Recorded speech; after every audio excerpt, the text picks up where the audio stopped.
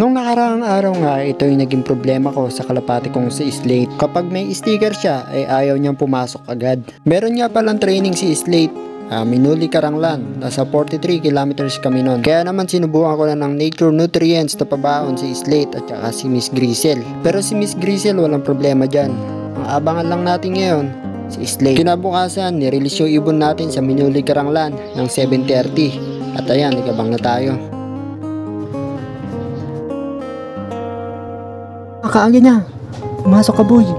Pumasok ka. Ako po, nagloko. Yan na nga sinasabi ko eh. Pero nag-improve na siya oh. 8:28 na, 8:27 dumating. Tayo na ito, Gar.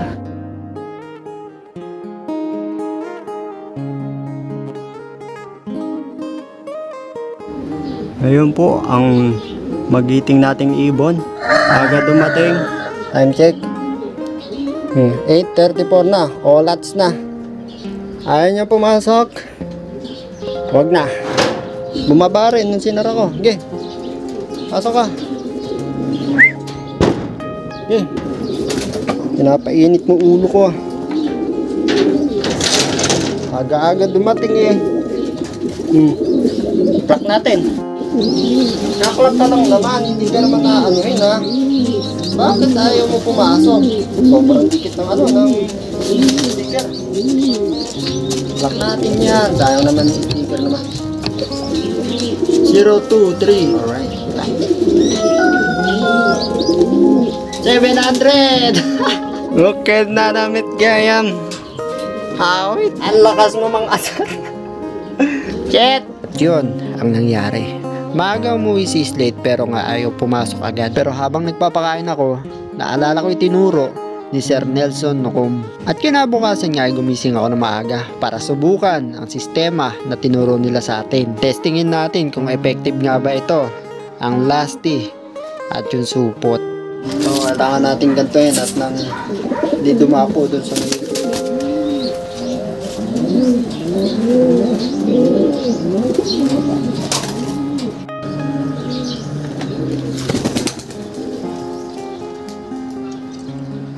dapo kasi ng dapo doon mga kalapatids. Sinadjust ng ating mga kaibigan. Lagyan daw ng ganun. Ayan o.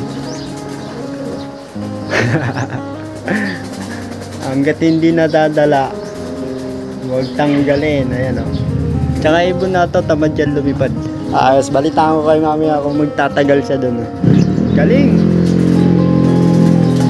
Pag meron daw kayong kalapating makulit, ganyan yung gawin nyo. Parang may turbo, bilis oh. Ige, kasalanan mo yan eh. Ayaw mong pumasok agad eh. Sige, dapo ka dyan. Sige, ay po, talagang makulit. Ayun, lipad ulit. Sige. Ayun, lipad ulit. Oh, yan yung mangyayari sa'yo pagka ang kulit-kulit mo ah. Hindi ko kasi mabugaw doon at mataas sa may puno. Yan ang diskarte. Kusa siya lumilipad pagbaba eh. Pagod na siya. Pero wala siyang magagawa kung hindi rito bumaba. Ayan na. Wala pa rin, makulit pa rin. Good boy. Pasok. Pasok.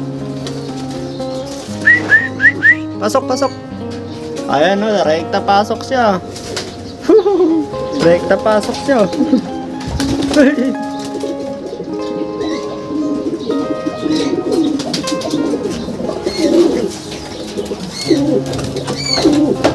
Tanya, sobrang effective guys. Salamat sa mga nagturo. Grabe.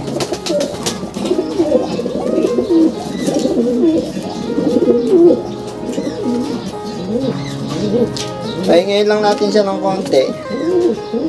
Mamaya birayin ulit natin. Tapos i-toss natin siya kung anong mangyayari. Pag matigas ang ulo ng kalapati nyo, ito lang pala katapat. Legit. Andito agad sa kulungan. Walang ibang dadapuan. Yes sir.